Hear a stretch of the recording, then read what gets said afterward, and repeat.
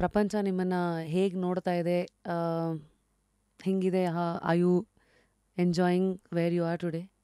C most importantly ಎಲ್ರಿಗೂ ಜನರಿಗೆ awareness ಇಲ್ಲ.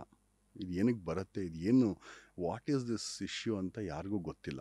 ನಾವು ಎಲ್ರಿಗೂ ತಿಳುವಳಿಕೆ ಕೊಟ್ಟಾಗ ಅದು they're able to learn something new. ಯಾಕೆ ಗೊತ್ತಿಲ್ಲ? ಯಾಕೆ ಅಂತಂದರೆ ನಮ್ಮಲ್ಲಿ ಈ ಎಕ್ಸಸೈಸ್ ಯಾರೂ ಮಾಡಿಲ್ಲ. ಇದನ್ನು ಯಾವಾಗಲೂ ನಮ್ಮಲ್ಲಿ ಮುಚ್ಚಿಟ್ಟು ಇಟ್ಟು, ಇವಾಗ ಸಿಂಪಲ್ ಟರ್ಮ್ಸ್ ಹೇಳಬೇಕು ಅಂತಂದರೆ, ಇವಾಗ ನಮಗೆ ಯಾವುದೋ ಒಂದು ಬೇಸಿಕ್ ನೆಸೆಸಿಟಿ ಇರುತ್ತೆ. ಇವಾಗ ಯಾವುದೋ ಒಂದು ಲೇಡಿಗೆ ಸ್ಯಾನಿಟರಿ ಪ್ಯಾಡ್ ತೊಗೊಳ್ಬೇಕು, ಓಪನ್ ಆಗೋಗಿ ಮೆಡಿಕಲ್ ಶಾಪಲ್ಲಿ ಕೇಳ್ತಾರೆ. ಅದನ್ನು ನ್ಯೂಸ್ ಪೇಪರಲ್ಲಿ ಸುತ್ಕೊಡ್ತಾರೆ, ಬ್ಲ್ಯಾಕ್ ಕವರಲ್ಲಿ ಕೊಡ್ತಾರೆ. ಸೆಕ್ಸ್ ಎಜುಕೇಷನ್ ಬಗ್ಗೆ ಟ್ಯಾಬು. ಎಕ್ಸಾಕ್ಟ್ಲಿ. ಇಂಥದ್ದೊಂದು ದೊಡ್ಡ ಪ್ರಾಬ್ಲಮ್ ನಮ್ಮಲ್ಲಿದೆ, ದುರಂತ ಇದೆ. ಸೊ ಇದನ್ನ ಇಟ್ಕೊಂಡು ನಾವೇನು ಮಾಡೋಕ್ಕಾಗಲ್ಲ. ಸೊ ಇದಕ್ಕೋಸ್ಕರನೇ ಆ ವಿಚಾರಗಳನ್ನು ಮಾತಾಡಿಲ್ಲ. ಇವಾಗ ನಾನು ಓಪನ್ ಆಗಿ ಬಂದು ಇದನ್ನು ಮಾತಾಡಿದಾಗ, ಓ ಹೌದಾ, ಹಿಂಗೂ ಆಗುತ್ತಾ, ಹಿಂಗೂ ಇದೆಯಾ, ಹೌದಾ, ಹಿಂಗೆ ಜಿನಾಮಿಕ್ಸ್ ಎಲ್ಲ ಚೇಂಜ್ ಆಗುತ್ತಾ, ಈ ಥರದ್ದೆಲ್ಲ ಇರುತ್ತಾ ಅಂತ ಎಷ್ಟೋ ಜನರ ಕ್ಯೂರಿಯಾಸಿಟಿ ಕಲ್ತ್ಕೋತಾ ಇದ್ದಾರೆ, ಹೊಸ ವಿಚಾರಗಳು ತಿಳ್ಕೊತಾ ಇದ್ದಾರೆ. ಇಟ್ಸ್ ಆ್ಯಕ್ಚುಲಿ ಅವ್ರಿಗೇನಂತಂದರೆ, ನನ್ನ ಕ್ಯೂರಿಯಾಸಿಟಿ ಲೆವೆಲ್ಗಿನ್ನ ಈ ಥರ ಒಂದು ಸೈನ್ಸ್ ಪ್ಲೇ ಮಾಡ್ತಾ ಇದೆಯಲ್ಲ ಅಂತ ಎಷ್ಟೋ ಜನ ಅದ್ರ ಬಗ್ಗೆ ವಿಚಾರ ಮಾಡ್ತಿದ್ದಾರೆ. And they are also equally respecting the kind of efforts. And ಇವಾಗ ನಾನು ಈ ಥರ ಆದ ಮೇಲೆ ಒಂದು ಬಿದ್ದೋದ ಜೀವನ, ಒಂದು ಕ್ರ್ಯಾಶ್ ಆಗಿರುವಂಥದ್ದು, ಏರ್ಕ್ರಾಫ್ಟೇ ಒಂದು ಬಿದ್ದೋಯ್ತು, ಕೆಳಗಡೆ ನೆಲ ಕಚ್ಕೋತು, ಅದು ಮತ್ತೆ ನಾನು ರಿಪೇರಿ ಮಾಡಿ ಟೇಕ್ ಆಫ್ ಮಾಡಿದ್ನಲ್ಲ, that is what people are really appreciating all about. Can I ask, ಯಾಕಂದರೆ ಆ ಒಂದು ಸೆಂಟೆನ್ಸ್ ಯೂಸ್ ಮಾಡಿದ್ರಿ, ಒಂದು ಏರ್ಕ್ರಾಫ್ಟ್ ಕ್ರ್ಯಾಶ್ ಆಗಿ ಮತ್ತೆ ಈಗ ಅದು ಟೇಕ್ ಆಫ್ ಆಯ್ತಂತ. ಆ ಕ್ರ್ಯಾಶ್ ಅನ್ನೋದು, ಐ ಯು ಟಾಕಿಂಗ್ ಅಬೌಟ್ ಹೇಗೆ ಆ್ಯಸ್ ಶ್ರೀನಿವಾಸ್ ಪ್ರಸಾದ್ ಆಗಿದ್ದಂಥ ಒಂದು ಲೈಫು ಹೇಗೆ ಅದು ಟರ್ನ್ ಆಗಿ ಅದು ಫ್ಯಾಮ್ಲಿ ಕಡೆಯಿಂದ ಕೆಲವು ಪ್ರೆಷರ್ಗಳಿರ್ಬೋದು, ಸಪೋರ್ಟ್ ಇಲ್ಲದೆ ಇರ್ಬೋದು, ಇವೆಲ್ಲ ಸೇರಿ ಆಗಿದ್ದು ಕ್ರ್ಯಾಶ್ ಅಂತನಾ, ಅಥವಾ what you mean by that? Yes, ಅದೊಂದು ಇಟ್ಕೊಳ್ಬೋದು. ಬಿಕಾಸ್ ಕ್ರ್ಯಾಶ್ಡ್ ಅಂತಂದರೆ ಕಂಪ್ಲೀಟ್ಲಿ ಕ್ರ್ಯಾಶ್ಡ್. ಹೆಂಗೆ ಅಂದರೆ, ಮನೆಯಲ್ಲಿ ಅಕ್ಸೆಪ್ಟೆನ್ಸ್ ಇಲ್ಲ, ಹೊರಗಡೆಗೂ ಅಕ್ಸೆಪ್ಟೆನ್ಸ್ ಇಲ್ಲ, ಎಲ್ಲದರಲ್ಲೂ ಒಂದಷ್ಟು ಪ್ರಾಬ್ಲಮ್ಸು. ಎಲ್ಲ ಕಡೆ ಒಬ್ಬರೇ ಆಗಿದ್ರಾ? ಸಿಂಗಲ್. ಸೊ ಹೊರಗಡೆಗೆ you are not in India to share all these issues with somebody. So ಇದೆಲ್ಲ ನೀವು ಜರ್ಮನಿನಲ್ಲೇ ಇದ್ರಿ? ಎಸ್, ನಾನು ಇಲ್ಲಿ ನನ್ನ ಕ್ಲೋಸ್ ಫ್ರೆಂಡ್ಸು ಅಂತಿಸ್ಕೊಂಡ್ರೆ ಫೋನ್ ಮಾಡಿದ್ರೆ ಎಲ್ರಿಗೂ ಹೆದರಿಕೆ. ಈಗ ಯಾವ ಥರ ವಿಚಾರಗಳು ಮಾತಾಡ್ತಾ ಇದ್ರಿ ಫೋನ್ ಮಾಡಿದಾಗ? ಏನೇನು ಡಿಸ್ಕಸ್ ಮಾಡ್ತಾ ಇದ್ರಿ? I want to get some help, ಮಾತಾಡ್ಬೋದಾ ನಿನ್ನ ಹತ್ರ, ಒಂದು 10 ನಿಮಿಷ ಫೋನ್ ಮಾಡ್ತೀನಿ, ಫೋನೇ ಮಾಡ್ತಿರ್ಲಿಲ್ಲ. ಏನು ಮಾತಾಡಬೇಕು ಅಂತ ಆಸೆ ಪಡ್ತಿದ್ರಿ? ಏನು ಭಾವನೆಗಳನ್ನು ಇರೋ ವಿಚಾರನ ಹೇಳ್ಬೋದು ಒಂದಷ್ಟು. Maybe I can request those people to probably counsel my family, probably ಈ ಥರ, ಅಂದರೆ ಕ್ಲೋಸ್ ಸರ್ಕಲಲ್ಲಿ. ಬಟ್ ಅದು ಅಲ್ಲಿ ಜರ್ಮನಿನಲ್ಲೇ ಇದ್ದವ್ರಿಗೂ ಟ್ರೈ ಮಾಡಿದೆ ನಾನು. ನಮ್ಮ ಹತ್ರ ತುಂಬ ಜಾಸ್ತಿ ಇರಲಿಲ್ಲ, ಇದ್ದರು ತುಂಬ ಜನ ತಿಳಿದವರಿದ್ದರು. ಬಟ್ ನಮ್ಮ ಮನೆಗೆ ಬಂದು ನಾವು ಎಂಟರ್ಟೈನ್ ಮಾಡಿ ನಾವು ಅವ್ರ ಮನೆಗೆ ಹೋಗಿ ಒಂದು 10 ಜನ, ಅದಕ್ಕಿಂತ ಜಾಸ್ತಿ ಇಲ್ಲ, 10 ಜನನೂ ವಾಪಸ್ ಹೊರಟೋಗ್ಬಿಟ್ರು ಇದು ಕೇಳಿದ ತಕ್ಷಣ. So because they have no awareness ಎಲ್ಲ, ಮತ್ತೆ ಜಜ್ಮೆಂಟ್ಸ್ ಇರುತ್ತೆ. Exactly, prejudices. ಏನೋ ಆಗ್ಬಿಡುತ್ತೆ, ಇಲ್ಲೇನೋ ಮಾಡಿಬಿಡ್ತಾರೆ, ಇನ್ನೇನೋ ಬಂದ್ಬಿಡುತ್ತೆ. ಸೊ ಈ ವಿಚಾರಗಳನ್ನೆಲ್ಲ ತಿಳ್ಕೊಂಡಾಗ ದೇವರ್ ಲೈಕ್ ಶಾಟರ್ಡ್. ದೇವರ್ ಲೈಕ್, ಓ ಇಲ್ಲ, ನಮ್ಮ 2ನೇ ಮಗಳಿಗೆ ನಾವು ಸಂಬಂಧ ಹುಡುಕ್ತಾ ಇದ್ವಿ, 1ನೇ ಮಗಳಿಗೆ ಸಂಬಂಧ ದೊಡ್ಡದು, ನಾವು ಇದೆಲ್ಲ ಮಾಡೋಕ್ಕಾಗೋದಿಲ್ಲ, ಈ ಥರ ಒಂದು. Because we had very elite, ಅಂದರೆ ಎಲ್ಲ ತುಂಬ ಒಂದು ಸ್ವಲ್ಪ ವಯಸ್ಸಾದವ್ರದ್ದೇ ಕ್ರೌಡ್ ನಮ್ಮದು.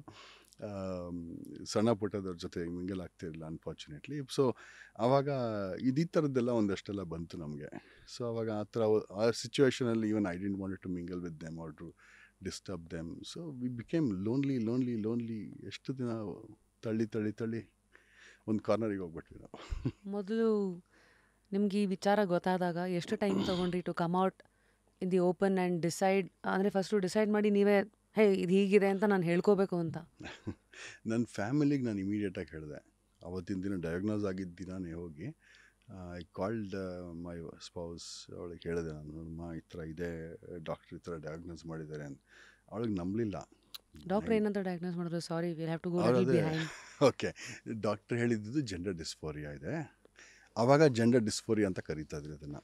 ಸೊ ಇದೇ ವೇರನ್ Google says mood is a mental state in which a person has a profound sense of unease ಅಥವಾ dissatisfaction.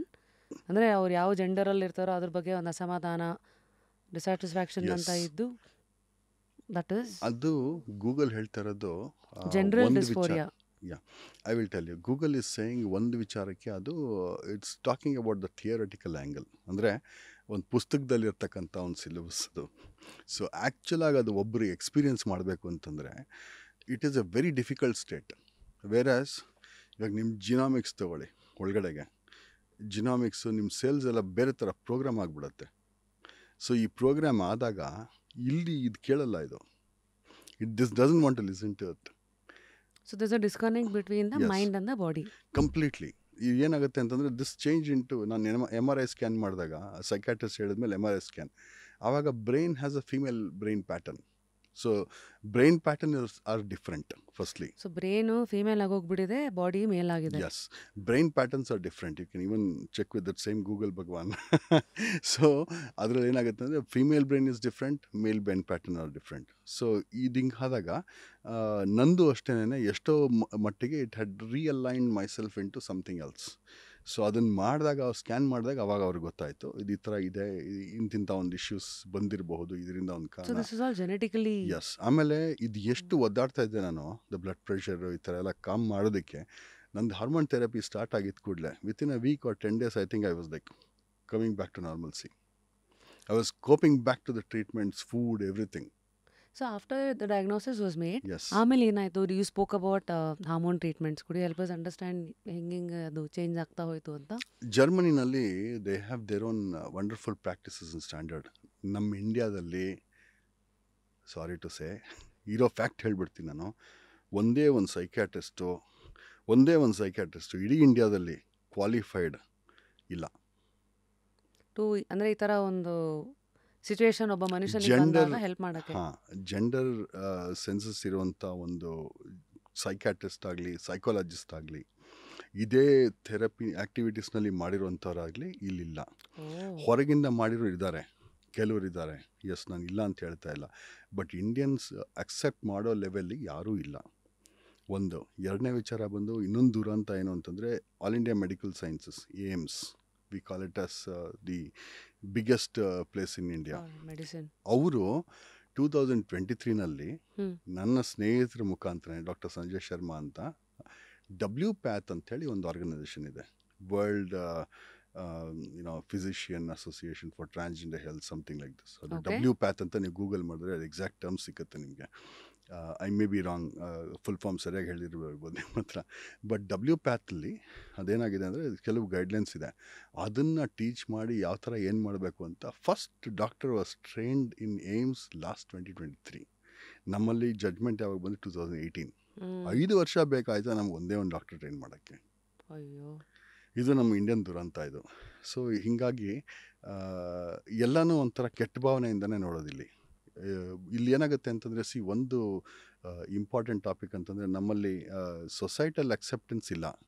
ಬಟ್ ನಮ್ಮಲ್ಲಿ ನಮ್ಮ ರಿಲಿಜನ್ ಏನಿದೆ, ಕಲ್ಚರ್ ಏನಿದೆ, ದಟ್ ಹ್ಯಾಸ್ ಅನ್ ಅಕ್ಸೆಪ್ಟೆನ್ಸ್. ಅಂದರೆ ನಮ್ಮ ರಿಲಿಜನಲ್ಲಿ even an atom is unimportant, ಅದಕ್ಕೂ ಪೂಜೆ ಮಾಡಬೇಕು. ಅಲ್ಲಿ ಅಂದರೆ ಅರ್ಧನಾರೀಶ್ವರರು ಎಲ್ಲನೂ ನಮ್ಮ ದೇವರುಗಳೇ ಎಲ್ಲನೂ ಅದೇ ಥರ. ಟ್ರಾನ್ಸ್ಜೆಂಡರ್ಸ್ ಏನು ಇಲ್ಲಿ ಇಷ್ಟು ಕೊಡ್ತೀನಿ, ನನ್ನ ಹತ್ರ ಒಂದು ಪುಸ್ತಕನೇ ಬರ್ತಿದ್ದೀನಿ ನಾನು, ಅಂಡರ್ಸ್ಟ್ಯಾಂಡಿಂಗ್ ಜೆಂಡರ್ಸ್ ಅಂತಲೇ ಒಂದು ಪುಸ್ತಕ ಬರ್ತೀನಿ. Could you help us understand elaborating? ದೇವರುಗಳೇ ಇದು ಅಂತ ಅಂದ್ರಲ್ಲ. ದೇವರುಗಳು ಅಯ್ಯಪ್ಪ ಇದ್ದಾರೆ, ಎಷ್ಟೋ ದುರ್ಗಾ ಅವತಾರಗಳು ಈ ಥರ ಇದೆ. ಆಮೇಲೆ ಮೋಹಿನಿ. ಮೋಹಿನಿ, ಎಸ್, ಮೋಹಿನಿ ಎಲ್ರಿಗೂ ಗೊತ್ತಿರೋದು. ಬ್ರಹ್ಮ, ಓ, ಎಸ್, ವಿಷ್ಣು, ಶಿವ, ಸೇಮ್. ನಿಮ್ಮ ಅಯ್ಯಪ್ಪ, ವಿಷ್ಣು, ಶಿವ ಎಲ್ಲವೂ ಇದೇ ಥರನೇ. ಸೊ ಈ ಥರ ಆಗಿರೋದ್ರಿಂದ ನಮ್ಮಲ್ಲಿ ರಿಲಿಜನಲ್ಲಿದೆ.